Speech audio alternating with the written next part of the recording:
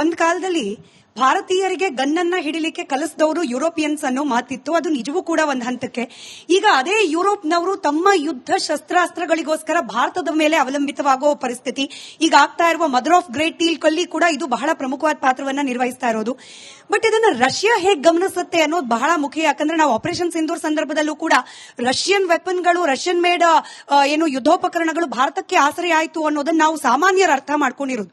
ಹೀಗಿರುವಾಗ ಯುರೋಪಿಯನರಿಗೆ ಯುದ್ಧ ಶಸ್ತ್ರಾಸ್ತ್ರಗಳನ್ನ ಭಾರತ ಸಪ್ಲೈ ಮಾಡ್ಲಿಕ್ಕೆ ನಿಂತು ಬಿಟ್ರೆ ಯುರೋಪ್ ಇದನ್ನ ರಷ್ಯಾ ಹೇಗೆ ಗಮನಿಸುತ್ತೆ, ಚೀನಾ ಹೇಗೆ ಗಮನಿಸುತ್ತೆ, ಅಮೆರಿಕ ಹೇಗೆ ಗಮನಿಸುತ್ತೆ? ಈ ಗಮನಿಸುವಿಕೆಯ ನಡುವೆ ಕೂಡ ಇಂಥದ್ದೊಂದು ಡೀಲ್ಗೆ ಭಾರತ ಸಿದ್ಧವಾಗಿದೆ ಅಂದ್ರೆ ನಾವು ಅಷ್ಟು ಸಬಲರಾಗಿದ್ದೀವಾ ಅನ್ನೋ ಪ್ರಶ್ನೆ ಕೂಡ ಬಂದ್ಬಿಡುತ್ತೆ. ಹೌದು ಹೌದು. ಮತ್ತೆ ಅವರೇ ತುಂಬಾ ಒಳ್ಳೆ ಪ್ರಶ್ನೆ ಕೇಳಿದ್ದೀರಿ. ಇವಾಗ ನಮ್ಮ ಪ್ರಧಾನಮಂತ್ರಿಗಳು ಹೇಳಿದಾರಲ್ಲ, ಸುರಕ್ಷಿತ ಭಾರತ್, ವಿಕಸಿತ ಭಾರತ್ ಎರಡೂ ಒಟ್ಟಿಗೆ ಹೋಗುತ್ತೆ. ವಿಕಸಿತ ಭಾರತ್ ನಾವು 2047 ಒಳಗೆ ಬರಬೇಕು ಅಂದ್ರೆ ಸುರಕ್ಷಿತ ಭಾರತ್ ಆಗಿರಬೇಕು. ಅದಕ್ಕೆ ಇವಾಗ ನಮ್ಮ ರಕ್ಷಣಾ ವಿಭಾಗದವರು ಎಷ್ಟು ಮುತುವರ್ಜಿಯಿಂದ ಕೆಲಸ ಮಾಡಿಸ್ತಾ ಇದ್ದಾರೆ ಅಂದ್ರೆ, ಇಡೀ ದೇಶದೊಳಗೆ ನಾವು ಕಂಪ್ಲೀಟ್ ಆಗಿ ನಮ್ಮ ಮೇಲೆ ಅಥವಾ ನಮ್ಮ ಸಹಕಾರ ಯಾರು ಕೊಡ್ತಾ ಅವ್ರ ಜೊತೆ ಸೇರ್ಕೊಂಡು ನಮ್ಮ ಸುರಕ್ಷಿತವಾಗಿರೋದು ನೋಡ್ಕೋಬೇಕು. ನೀವು ಹೇಳಿದ್ರಿ ನಮ್ಮ ಇಂಡಸ್ಟ್ರಿಗಳು ಯಾವ ರೀತಿ ಮುಂದಕ್ಕೆ ಬರೆದಿದೆ ಅಂದ್ರೆ, ನಾವು 20 ವರ್ಷ 30 ವರ್ಷದಿಂದ ನಾವೆಲ್ಲ ಇಂಡಸ್ಟ್ರಿ ಹತ್ರ ಮಾತಾಡ್ತಿದ್ವಿ, ಕೆಲಸ ಮಾಡಿಸ್ಕೊಂಡಿದ್ವಿ. ಇಲ್ಲಿ ಬೆಂಗಳೂರು, ಹೈದರಾಬಾದ್, ಚೆನ್ನೈ, ಡೆಲ್ಲಿ, ಮುಂಬೈ ಎಲ್ಲ ಕಡೆ ಮಾಡಿಸ್ಕೊಂಡಿದ್ವಿ. ಅವಾಗ ಏನ್ ಮಾಡೋರು, ನಾವೆಲ್ಲ ಹೇಳ್ಕೊಡ್ತಿದ್ವಿ, ಅವ್ರು ಇಂಡಸ್ಟ್ರಿ ಮಾಡ್ತಿದ್ರು 30 ವರ್ಷದಿಂದ. ಇವಾಗ ಏನಾಗಿದೆ ಅಂದ್ರೆ, ನಮ್ಮ ಈ ಮಿಸೈಲ್ ಪ್ರೋಗ್ರಾಮ್ ಇಂದ, ಸ್ಪೇಸ್ ಪ್ರೋಗ್ರಾಮ್ ಇಂದ ಎಷ್ಟು ಮುಂದಕ್ಕೆ ಬಂದಿದ್ದಾರೆ ನಮ್ಮ ವಿವಿಧ ರೀತಿಯ MSMEs, mini industries, micro industries, large industry ಅಂದ್ರೆ ಇವಾಗ ತುಂಬಾ ಯುರೋಪ್ ದೇಶಗಳು ಡೈರೆಕ್ಟ್ ಆಗಿ ಅವರು ಆರ್ಡರ್ ಮಾಡ್ತಾ ಇದ್ದಾರೆ ನಮ್ಮ ಕಂಪನಿಗಳ ಮೇಲೆ, ಪ್ರೈವೇಟ್ ಕಂಪನಿಗಳ ಮೇಲೆ. ಅವರಿಂದ ಅವ್ರು ಎಕ್ಸ್ಪೋರ್ಟ್ ಮಾಡ್ತಾ ಇದ್ದಾರೆ. ಅಂದ್ರೆ ನಮ್ಮ ದೇಶದ ಈ ತಯಾರಿಕೆ ಮಾಡೋ ವಿಭಾಗದವರು ಎಷ್ಟು ಮುಂದುವರಿದ್ದಾರೆ ಅಂದ್ರೆ, ನಾ ಹೇಳಿದ್ನಲ್ಲ, ಯುವ ಜನಾಂಗ ಅಲ್ಲಿ ಇರ್ದವ್, ಅಲ್ಲಿ ಇಲ್ಲ, ಇಲ್ಲೇ ಯುರೋಪ್ ಅಲ್ಲಿ ಇಲ್ಲ, ನಮ್ಮ ಕಡೆ ಇದ್ದಾರೆ. ಅವರಿಂದ ಏನ್ ಬೇಕೋ ವಸ್ತುಗಳನ್ನ ತಯಾರು ಮಾಡಿಸ್ಕೊಂಡು ಎಕ್ಸ್ಪೋರ್ಟ್ ಮಾಡಿಸ್ಕೊಂಡು ನಮಗೆ ಅದರಿಂದ ಆರ್ಥಿಕ ಮುಂದಕ್ಕೆ ಹೋಗುತ್ತೆ, ಪ್ಲಸ್ ನಮ್ಮ ಟೆಕ್ನಾಲಜಿ ಮೇಲಕ್ಕೆ ಹೋಗುತ್ತೆ, ಪ್ಲಸ್ ನಮ್ಗೆ ಎಕ್ಸ್ಪೋರ್ಟ್ ಮಾಡ್ತಿದೀವಿ. ನಿಜ, ಇದೆಲ್ಲ ಆಗುತ್ತೆ. ಮುರಳಿ ಸರ್, ಬೇರೆ ಬೇರೆ ಅಲೈನ್ಸ್ ಬಗ್ಗೆ ಮಾತನಾಡ್ತಾ ಇದ್ವಿ. ಬೇರೆ ಬೇರೆ ದೇಶಗಳು ಒಂದಾಗ್ತಾ ಇರೋದು, ಹಿಂದಿದ್ದ ಫಾರ್ಮುಲಾಗಳು ಬದಲಾಗ್ತಾ ಇರೋದ್ರ ಬಗ್ಗೆ ಮಾತನಾಡುವಾಗ ನನಗ್ ನೆನಪಾಗಿದ್ದು ಇಸ್ಲಾಮಿಕ್ ನ್ಯಾಟೋ ಬಗ್ಗೆ. ಪಾಕಿಸ್ತಾನ, ತುರ್ಕಿ ಅಥವಾ ಟರ್ಕಿ, ಸೌದಿ ಅರೇಬಿಯಾ ಒಂದಾಗಿ ಮಾಡ್ಕೊಳ್ಳಕ್ ಹೊರಟಿರುವ ಈ ಒಪ್ಪಂದ ಇದು ಏನು ಆಕ್ಚುಲಿ, ಹಾಗೆ ಭಾರತದ ಮೇಲೆ ಯಾವ ರೀತಿ ಪರಿಣಾಮ ಬೀರಬಹುದು, ಭಾರತೀಯರಾಗಿ ನಾವು ಇದನ್ನ ಯಾವ ರೀತಿ ಗಮನಿಸಬೇಕು ಅಂತ? ನೋಡಿ ಸ್ಮಿತಾ, ಇದು ಸ್ವಲ್ಪ ವರಿಸಮ್ ಡೆವಲಪ್ಮೆಂಟ್ ಅಂತ ಹೇಳ್ಬೋದು. ಸ್ವಲ್ಪ ಆತಂಕ ಮೂಡಿಸುವಂತ ಡೆವಲಪ್ಮೆಂಟ್ ಇದು ಕಳೆದ 15-20 ದಿವಸ ಆಗಿರುವಂತಹದ್ದು. ಅದಕ್ಕೊಂದು ಚಿಕ್ಕ ಒಂದು ಬ್ಯಾಕ್ ಗ್ರೌಂಡ್ ಹೇಳಬೇಕಾಗುತ್ತೆ. ಸೆಪ್ಟೆಂಬರ್ 25ನೇ ಇಸ್ವಿನಲ್ಲಿ 2025 ನಲ್ಲಿ ಪಾಕಿಸ್ತಾನ ಮತ್ತು ಸೌದಿ ಅರೇಬಿಯಾ ಒಂದು ಒಪ್ಪಂದ ಮಾಡಿಕೊಂಡ್ರು, SMDA ಅಂತ. ಅದು ಸ್ಟ್ರಾಟಜಿಕ್ ಮಿಲಿಟರಿ ಡಿಫೆನ್ಸ್ ಅಲಯನ್ಸ್ ಅಂತ ಮಾಡ್ಕೊಂಡ್ರು. ಅಂದ್ರೆ ಅವರು ಒಂದು ದೇಶದ ಮೇಲೆ ಯಾರು ದಾಳಿ ಮಾಡಿದ್ರೆ ಇನ್ನೊಂದು ದೇಶದ ಮೇಲೂ ದಾಳಿ ಮಾಡ್ದಂಗೆ ಅಂತ ಲೆಕ್ಕ ಅಂತ. ಸೊ ಮಾಡಿಕೊಂಡು ಅದನ್ನ ಅವರು ನ್ಯೂಕ್ಲಿಯರ್ ವೆಪನ್ಸ್ಗೂ ತಂದ್ರು, ಅದನ್ನ ಅಪ್ಲೈ ಮಾಡಿದ್ರು. ಇದನ್ನ ಏನ್ ಮಾಡಿದ್ರು, ಈ ಒಪ್ಪಂದ ಮಾಡಿಕೊಂಡಾಗ ನೇಟೋ ಕ್ಲಾಸ್ 5 ಅದನ್ನ ಹಂಗಂಗೆ ಇಳಿಸಿದ್ದಾರೆ ಈ ಒಪ್ಪಂದದಲ್ಲಿ. ನೇಟೋ ಕ್ಲಾಸ್ 5 ಏನ್ ಹೇಳುತ್ತೆ, ಇದನ್ನ if there is armed aggression against any member, then it will be assume that other members are also at equally at risk. ಅಂದ್ರೆ ಎಲ್ಲಾರು ನೇಟೋ ಕಂಟ್ರೀಸ್ ಎಲ್ಲ ಒಟ್ಟುಗೂಡ್ಕೊಂಡು they can come and attack. ಇಲ್ಲಿರೋರು ಇಬ್ರೆ. So ಯಾವಾಗ ಇವರು ನೇಟೋ ಕ್ಲಾಸ್ ನ use ಮಾಡಿದ್ರು, ಅದು ಸ್ವಲ್ಪ ಜನಕ್ಕೆ ಯೋಚನೆ ಆಯ್ತು. ಅದಾದ್ಮೇಲೆ ಇನ್ನೊಂದು ಡೆವಲಪ್ಮೆಂಟ್ ಆಯ್ತು. ಟರ್ಕಿ ಏನ್ ಮಾಡ್ತು, ಈಗ ಒಂದು 10-15 ದಿವಸದ ಕೆಳಗೆ ಅವರು ಒಂದು ಮಾತುಕತೆಯಲ್ಲಿ ಶುರು ಮಾಡಿದ್ರು. ಅವರು ನಾವು ಜಾಯಿನ್ ಆಗ್ತೀವಿ ನಿಮ್ಮ SMDA ಅಂತ. It is a very very ಇದು ಸೀರಿಯಸ್ ಡೆವಲಪ್ಮೆಂಟ್. ಯಾಕೆಂದ್ರೆ ಇವತ್ತು ಟರ್ಕಿ ಕನ್ವೆನ್ಷನಲ್ ವಾರ್ಫೇರ್ ನಲ್ಲಿ ದೇ ಆರ್ ಎಕ್ಸ್ಪರ್ಟ್ಸ್.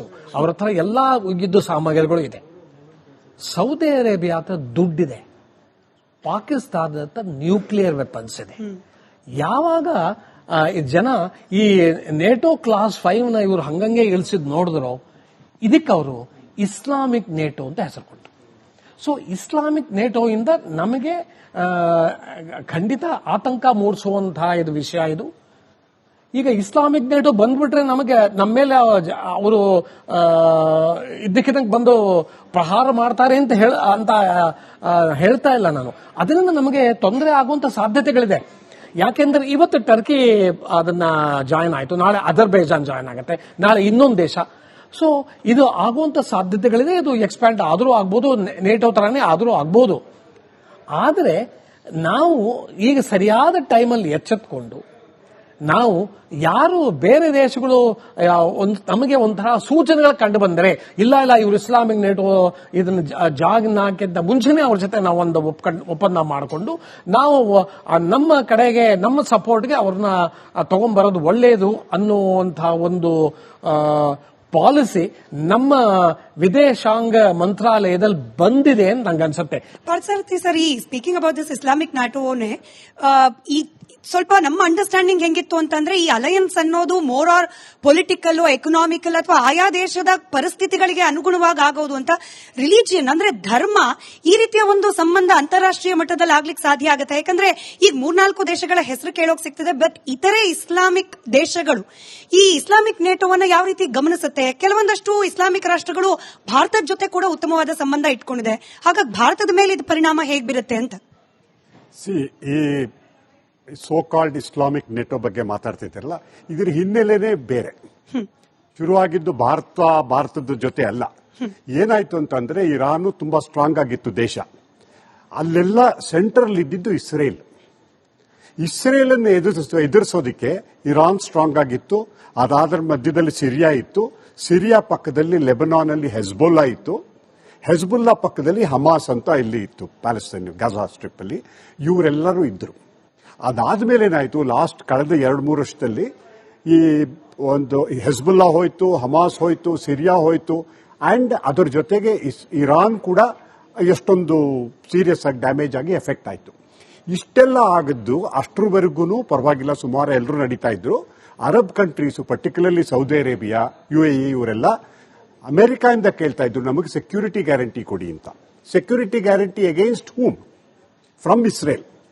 ಬಟ್ ಅಲ್ಲೇನಾಯ್ತು ಅಂದ್ರೆ ಅದಾದ್ಮೇಲೆ ಹಮಾಸ್ನವರು ಲೀಡರ್ಸ್ ಎಲ್ಲ ಕತಾರ್ನಲ್ಲಿದ್ರು. ಆವಾಗ ಇಸ್ರೇಲ್ ಕತಾರ್ನಲ್ಲಿ ಹೋಗ್ಬಿಟ್ಟು ಅಲ್ಲಿ ಅಟ್ಯಾಕ್ ಮಾಡಿಬಿಟ್ಟು ಅವ್ರನ್ನ ಮಾಡಿದ್ರು. ಅದಾದಾಗ ಸೌದಿ ಅರೇಬಿಯಾಕ್ಕೆ ಅರ್ಥ ಆಯ್ತು, ನಮಗೆ ಅಮೆರಿಕ ಇಸ್ರೇಲ್ಗೆ ಅಗೇನ್ಸ್ಟ್ ನಮಗೆ ಗ್ಯಾರಂಟಿ ಕೊಡೋಕೆ ಸಾಧ್ಯ ಇಲ್ಲ ಅಂತ. ಸಾಧ್ಯ ಕೊಡೋರು ಯಾರು ಆ ಟೈಮಲ್ಲಿ? ಇನ್ಯಾರೂ ಇರಲಿಲ್ಲ. ಇಸ್ಲಾಮಿಕ್ ನೇಷನ್ ಪ್ರಕಾರ ನ್ಯೂಕ್ಲಿಯರ್ ಕೇಪಬಿಲಿಟಿ ಇರೋದು ಪಾಕಿಸ್ತಾನ ಒಂದು. ಆದ್ದರಿಂದ ಈ ತರ ಸ್ಟ್ರಾಟಜಿಕ್ ಮ್ಯೂಚುವಲ್ ಡಿಫೆನ್ಸ್ ಟ್ರೀಟಿ ಮಾಡ್ಕೊಂಡ್ರು ಅವರು. ಅಂದ್ರೆ ಏನು ಅಂದ್ರೆ attack on one is considered as attack on the other ಅಂತ. ಈ ಟರ್ಕಿ ಬಂತು ಮಧ್ಯದಲ್ಲಿ ಅನ್ನೋದು ಒಂದು ಬಿಟ್ರೆ, ಅದು ಇಟ್ಸ್ ಇಸ್ಲಾಮಿಕ್ ಕಂಟ್ರಿ. ಇವಾಗ ಅದು ಟರ್ಕಿ ಬಂದ್ಬಿಟ್ಟು ಒಂಥರ it is trying to fish in troubled waters ಅಂತಾರಲ್ಲ.